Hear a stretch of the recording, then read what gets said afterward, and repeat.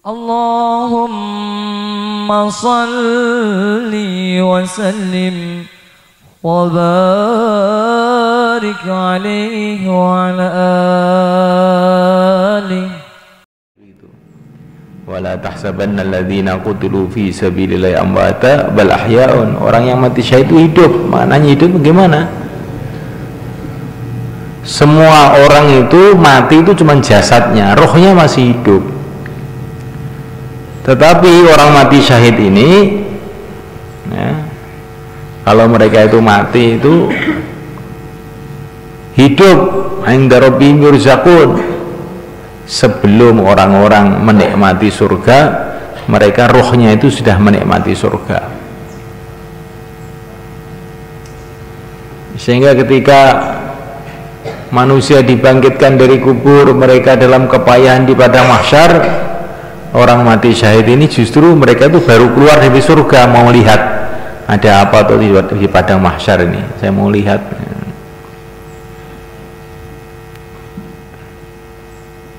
Ini salah satu maknanya.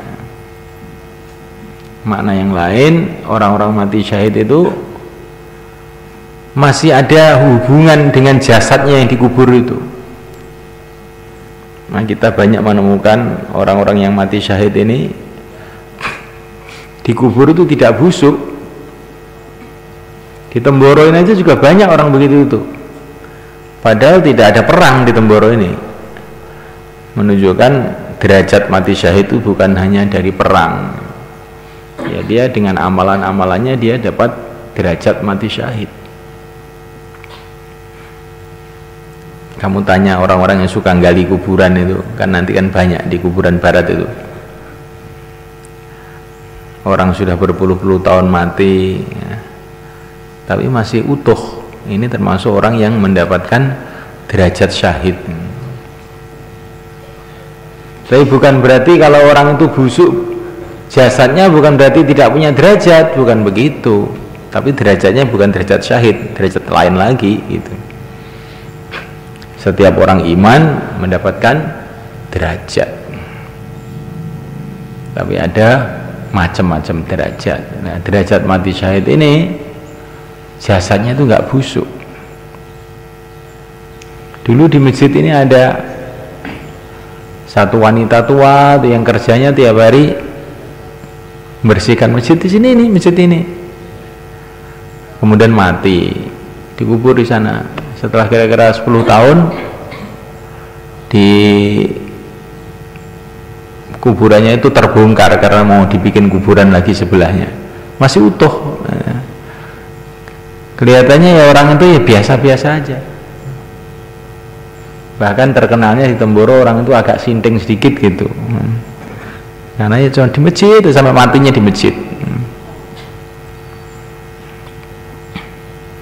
Maka kamu jangan meremehkan orang yang dianggap orang sinting. Kadang-kadang sinting menurut orang-orang di sisi Allah itu malah waras. Nah, yang kelihatannya waras, pinter itu malah sinting itu di sisi Allah. Nggak pernah ingat akhirat, ingatnya duit saja. Kamu tuh sinting apa waras loh sebetulnya. Ya hanya Allah yang tahu. Kalau menurut saya ya sangat waras. Ini menurut malaikat apa sangat waras apa sangat sinting ya nggak tahu. Ziarah kubur itu memang merupakan amalan Nabi dan perintah Nabi. Tidak ada batasan berapa bulan sekali, berapa tahun sekali, nggak ada batasan. Cuman dalam riwayat Baihaqi itu diceritakan bahwa Nabi itu setiap awal tahun ziarah kubur. Itu ada itu. Dan dalam beberapa hadis dikatakan kalau orang itu ziarah kubur, maka orang yang di kuburan itu akan bergembira. Dan kalau dia mengucapkan salam kepada ahli kubur itu, salamnya akan dijawab.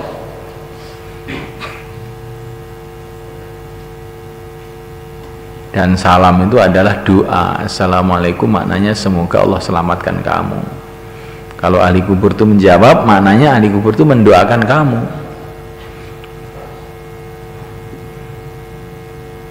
Jadi orang di kubur itu bisa mendoakan kamu.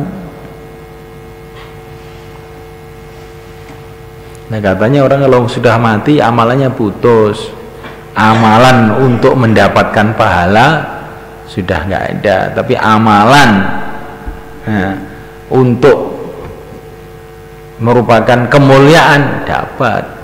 Jadi orang ahli kubur itu juga mendoakan orang yang masih hidup, ya, memberikan syafaat. Itu hadis-hadisnya banyak. Tapi mereka itu amalannya tidak ada pahalanya. Mereka itu amalan ini untuk memuliakan mereka. Seperti para nabi, para rasul memberikan syafaat, doa untuk umat di padang mahsyar, bukan untuk dapat pahala, tapi untuk apa? Allah kasih mereka derajat untuk memuliakan mereka. Di antara ahli kubur itu ada yang baca Quran, ya hadisnya ada. Tapi bukan untuk mendapatkan pahala, untuk bersenang-senang, untuk mendapatkan kemuliaan saja. Jangan kamu kira orang di kubur itu sudah dia mati, bangkai. Ya bangkai memang jasadnya, tapi rohnya hidup. Maka kita disunahkan mengucapkan salam, disunahkan baca Quran. Baca Quran di kubur itu hadisnya banyak, dan itu masuk amalan para sahabat. Ya kubur baca Quran. Ini bukan amalan orang Temboro, amalan para sahabat ini. Ini dalam hadisnya Imam Suyuti dalam kitab Al-Hamil Fatawi, itu orang-orang Ansor, orang Madinah itu biasa pergi kubur baca Quran. Ada. Ziarah kubur hari Jumat atau hari Kamis atau hari Sabtu itu juga ada dalilnya. Jadi kalau ziarah kubur itu hari Kamis atau hari Jumat atau hari Sabtu, itu nilainya itu lebih tinggi. Nah, sekarang bicara tradisi. Nah, ulama-ulama di Jawa ini mereka punya kebiasaan kalau akhir apa itu Ramadan mereka ziarah kubur. Kenapa kok begitu? Karena dikatakan dalam satu hadis bahwa orang yang menjaga amalan Ramadan itu akan diampuni dosa-dosanya, kecuali orang yang memutuskan hubungan sanak famili. Nah kita ini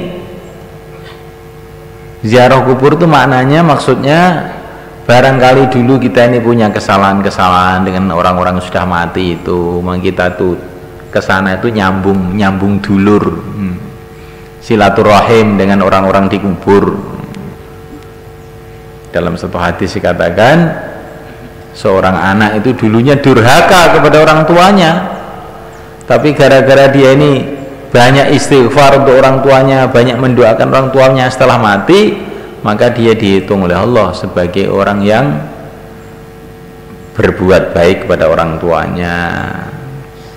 Termasuk orang yang tidak diampuni dalam bulan Ramadan adalah orang yang jahat dengan orang tuanya. Maka Ramadan ini silaturahim kepada orang tuanya yang masih hidup, silaturahim juga sama orang-orang tua yang sudah mati. Kita doa untuk mereka dengan harapan Allah menulis kita sebagai orang yang baik sama orang tuanya, sehingga akhirnya diampuni, diterima Ramadan kita. Dan nanti habis Ramadan, Idul Fitri, silaturahmi dengan orang-orang yang masih hidup. Ini juga untuk menyempurnakan Ramadan tadi maksudnya. Karena orang yang memutuskan hubungan sanak famili, Ramadannya nggak diterima, maka Idul Fitri silaturahim sama orang yang hidup, silaturahim sama orang yang mati.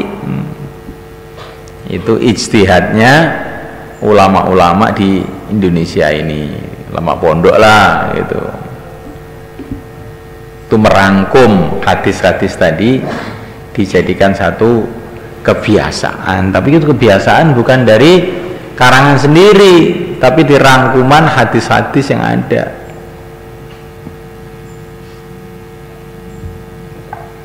Jadi kamu di pondok ini kan, zaman Nabi kan tidak ada pondok toh. Tapi isinya pondok itu amalan-amalan yang ada pada zaman Nabi. Isinya taklim wa ta'allum, zikir ibadah, dakwah, semua pada zaman Nabi ada. Seperti orang Solo itu apa? Ya merangkum amalan-amalan yang ada pada zaman Nabi. Nabi etikaf, Nabi zikir, terus dirangkum, jadikan latihan 10 hari minimal, duduk di masjid, menghidupkan amalan-amalan yang dulu pernah dihidupkan oleh Nabi. Karena kalau kita terus-terusan itu 1 tahun nggak bisa, ya minimal 10 hari. Jangan 10, kalau 10 hari aja nggak bisa, apalagi 1 tahun. Jadi yang dibuat oleh para ulama, orang torekot itu sebetulnya apa yang dulu dibuat Nabi, cuman dirangkum supaya mudah dikerjakan pada zaman yang memang orang sudah lemah ini.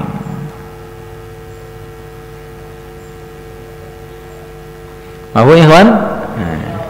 Ini saya jelaskan karena ini orang-orang Solo mungkin nggak pernah dengar cerita-cerita ini, apa ikut-ikutan aja. Nanti kalau kamu pulang ditanya, oh di Temboro itu senengannya ke kuburan. Kok senengannya? Itu juga ada, itu sunnah Nabi itu.